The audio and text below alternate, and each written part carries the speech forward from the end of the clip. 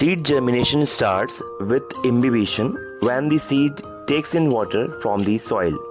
This triggers root growth to allow the seed to get more water. Then the shoots develop and grow towards the sun above ground.